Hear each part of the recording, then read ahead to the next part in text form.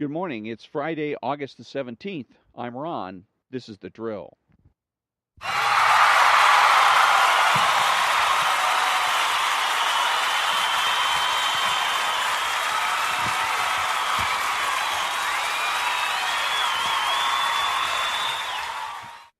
And thank you very much. This is Ron, your host, the only true conservative in the United States of America, because I'm the only person that makes the presumption for the status quo. So act as if.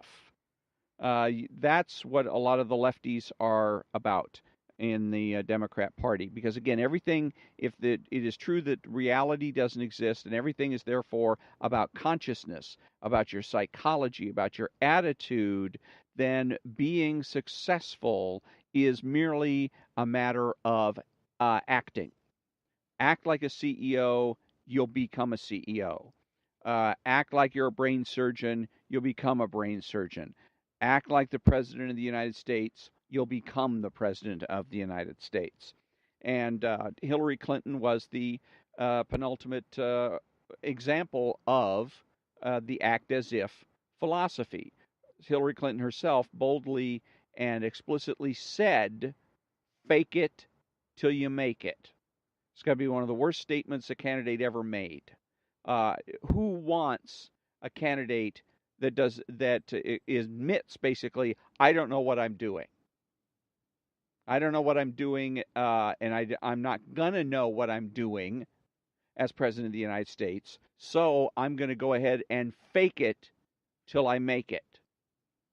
Who wants that around the world, to have a leader of the United States, the driving economy of the world, the world's superpower, to be led by a person who is going to fake it till they make it?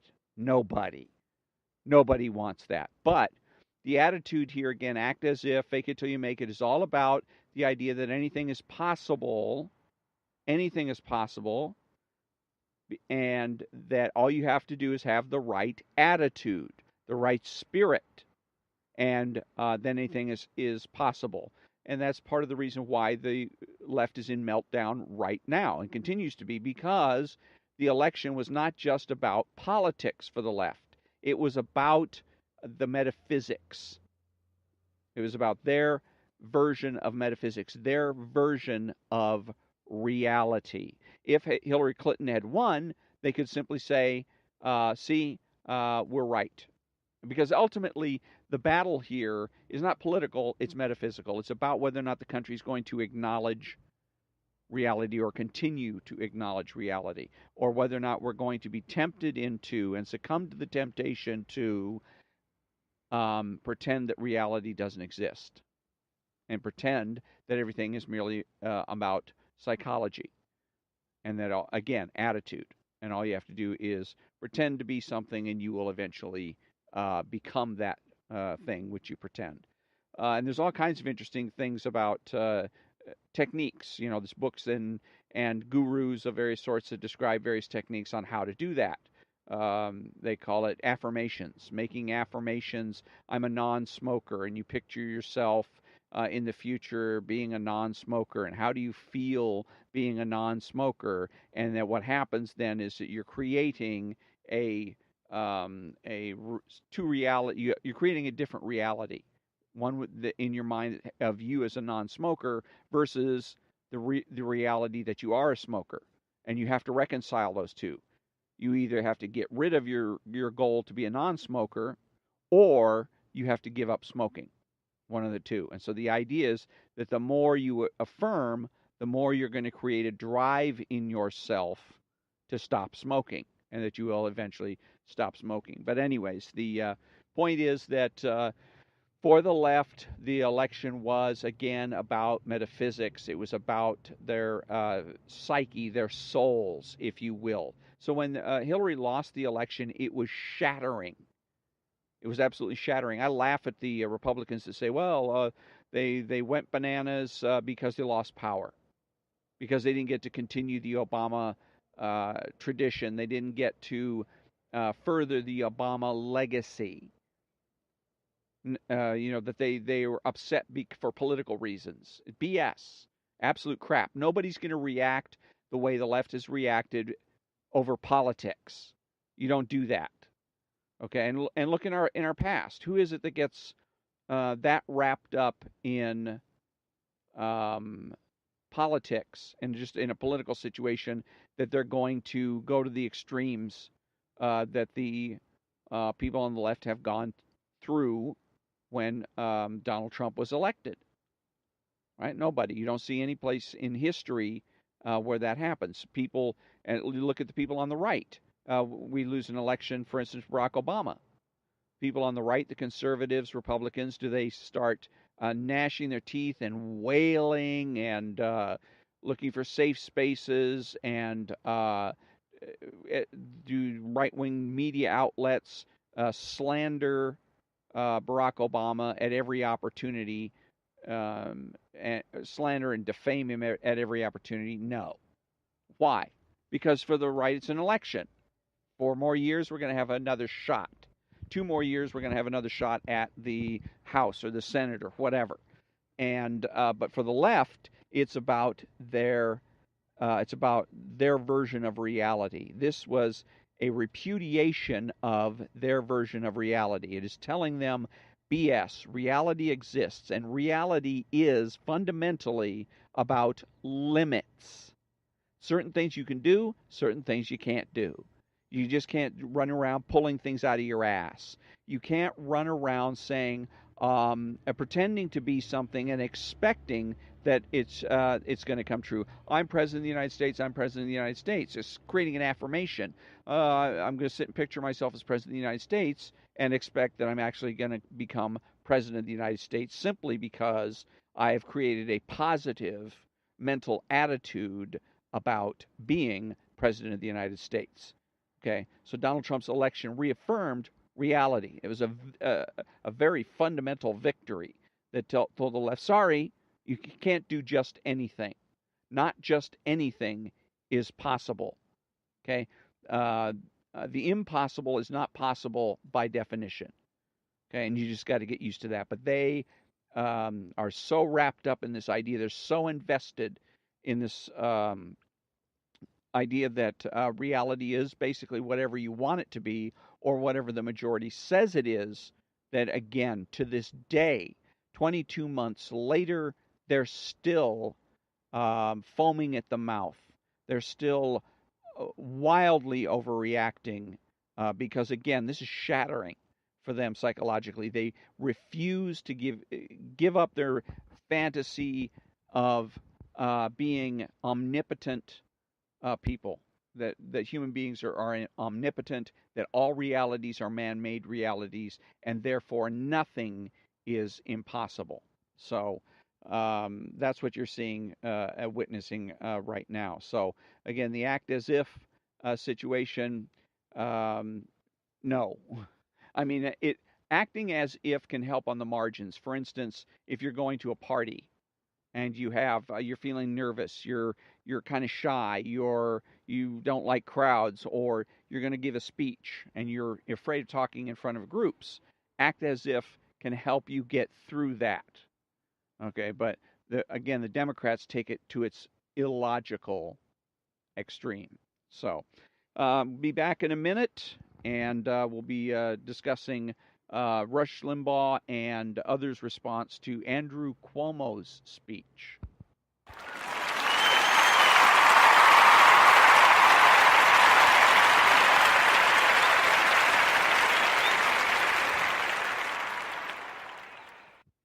Okay, thank you very much. Thank you, thank you, thank you, thank you. And Andrew Cuomo did a speech the other day, and it was fairly subtle. Like most of the time that what you got going on the left is fairly subtle, and the Republicans missed it. They don't understand what it is that Andrew Cuomo was doing, and because they don't understand exactly how to respond to it. So we're going to go ahead and give them a little bit of a tutoring here on this.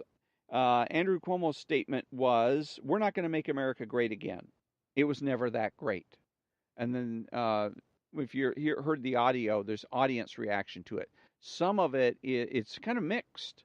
There's some that seem like they're delighted, and there's other people that are shocked. Okay. It was never that great. We will reach greatness when every American is fully engaged. We will reach greatness when discrimination and stereotyping of women, 51% of our population, is gone, and every woman's full potential is realized and unleashed, and every woman is making her full contribution to, I guess, to the country. So, President Trump seized on the first part of Cuomo's speech, and this is from, I'm reading from, what is this? Vox, from Vox. It's, I guess, a website. Let's see. Seized on the first part of Cuomo's speech in a late night tweet on Wednesday, saying it was evidence of Cuomo having a total meltdown.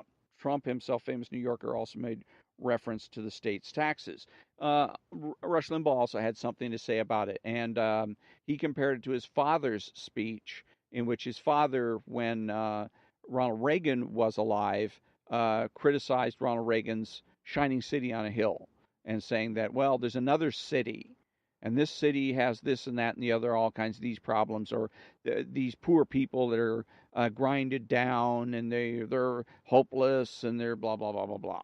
So what they're trying to do here, because the statement is basically that Andrew Cuomo made, we're not going to make America great again, it was never that great, is arbitrary. He doesn't offer any evidence in support of this particular statement. We will reach greatness when every American is fully engaged. What does that mean? No answer.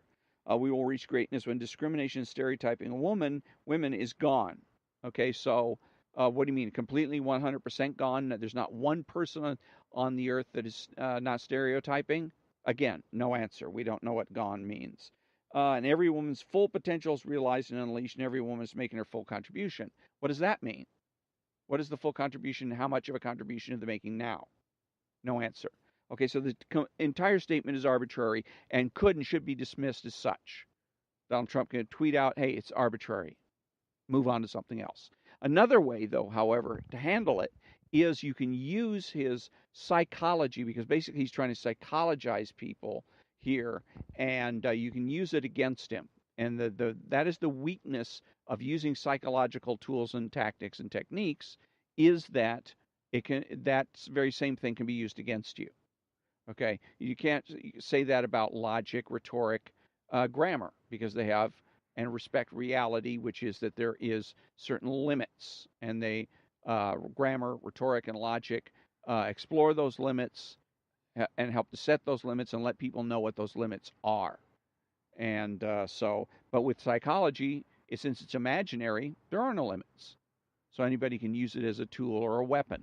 In this particular case, he says, we will reach greatness when every American is fully engaged. And so, when we reach greatness, when discrimination, stereotyping women, 50% of our population is gone, and everyone's full potential is realized, etc. And again, since he doesn't provide any evidence that any of that is happening or has yet to happen, then President Trump could have easily said, thank you very much, Andrew Cuomo, for making my case, making the point, and driving home the fact that America is great, and is great again, because the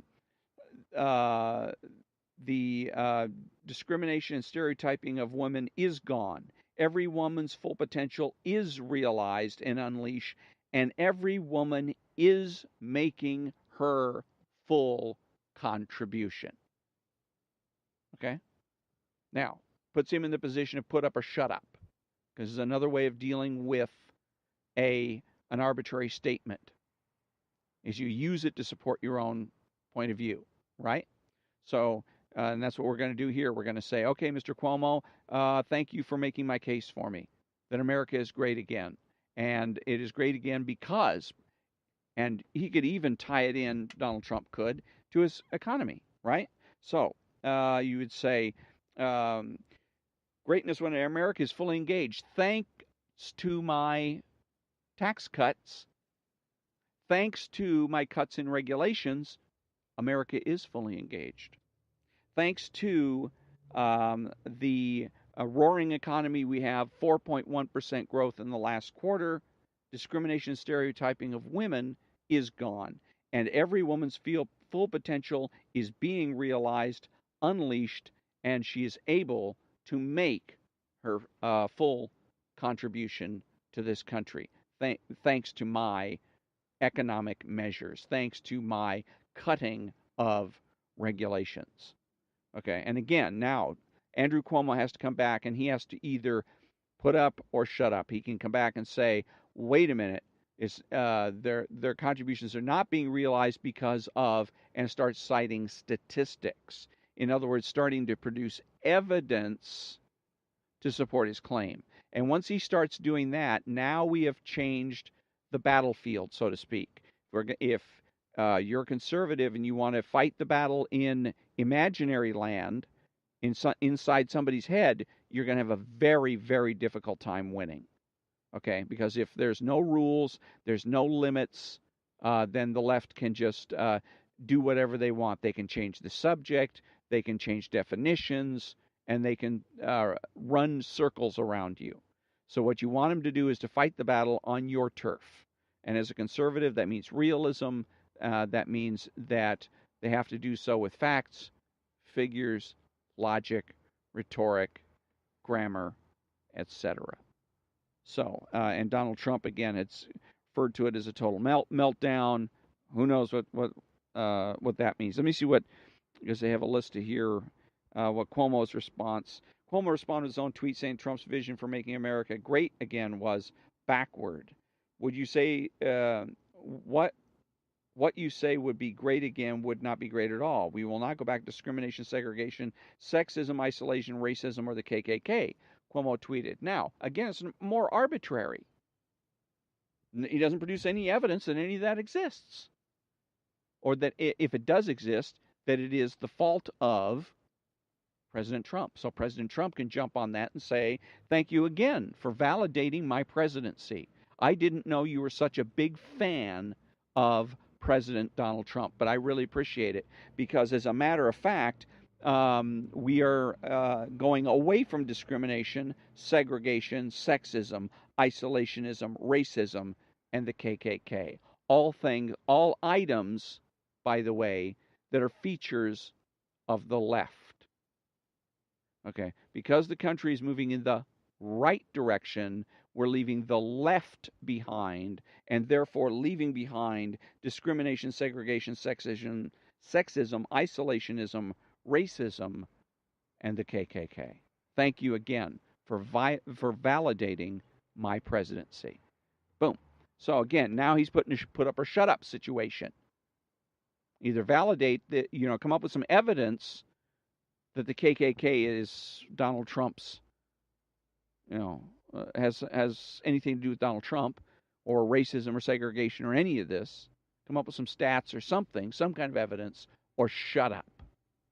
So that's the way it could have and should have been handled. But as usual, conservatives missed the boat. And they took the bait and they validated, instead of using Cuomo's statement to validate conservatives, the conservatives validated the socialist. Wrong answer. Okay, so when we come back, Ayn Rand and the Ayn Rand lexicon.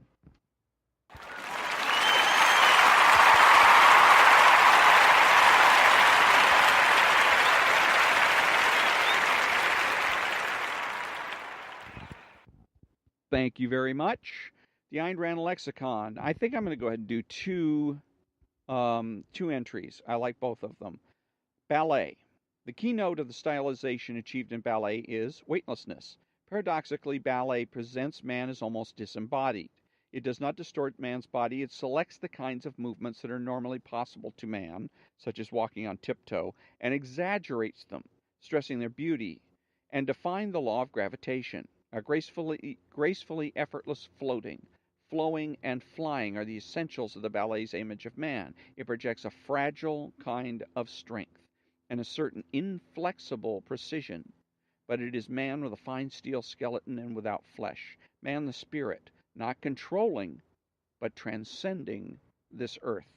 Strong passions or negative emotions cannot be projected in ballet, regardless of its librettos. It cannot express tragedy or fear or sexuality. It is a perfect medium for the expression of spiritual love.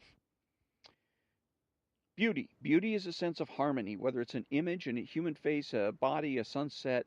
Take the object which you call beautiful as a unit and ask yourself, what parts is it made up of? What are its constituent elements, and are they harmonious? If they are, the result is beautiful.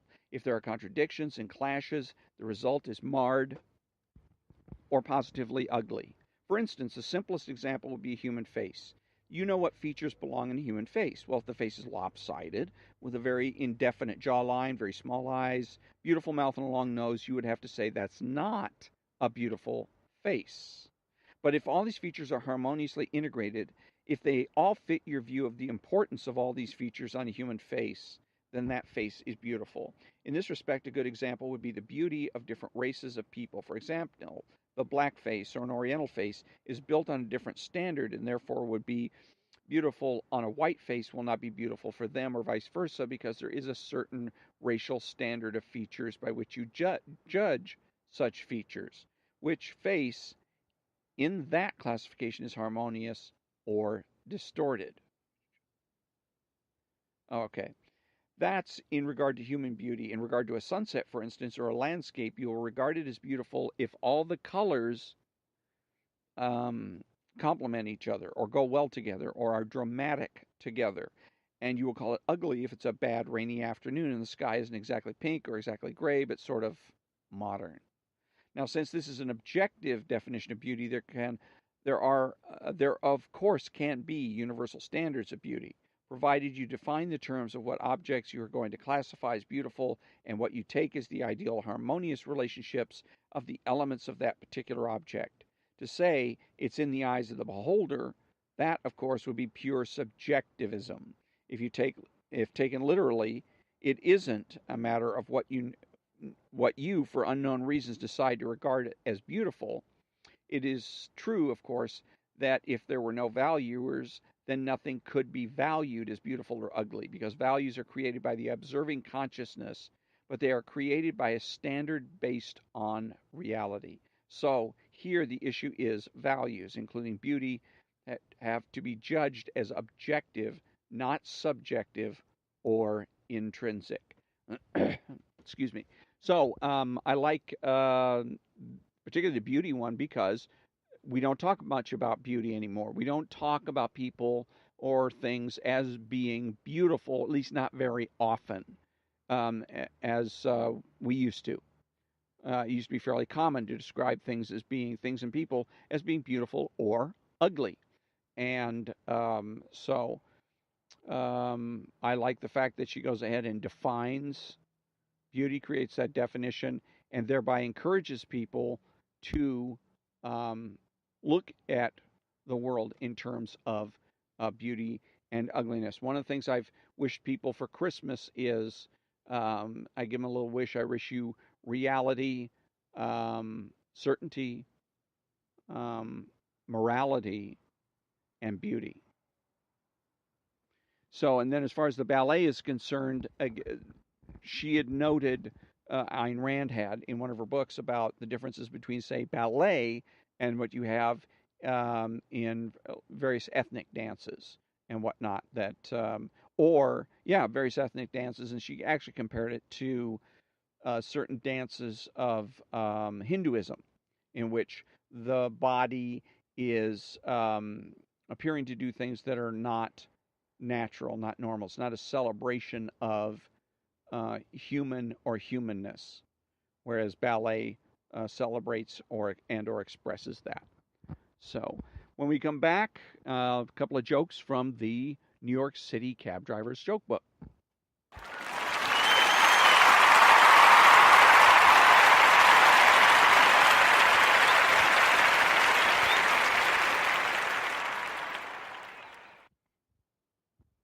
Thank you very much.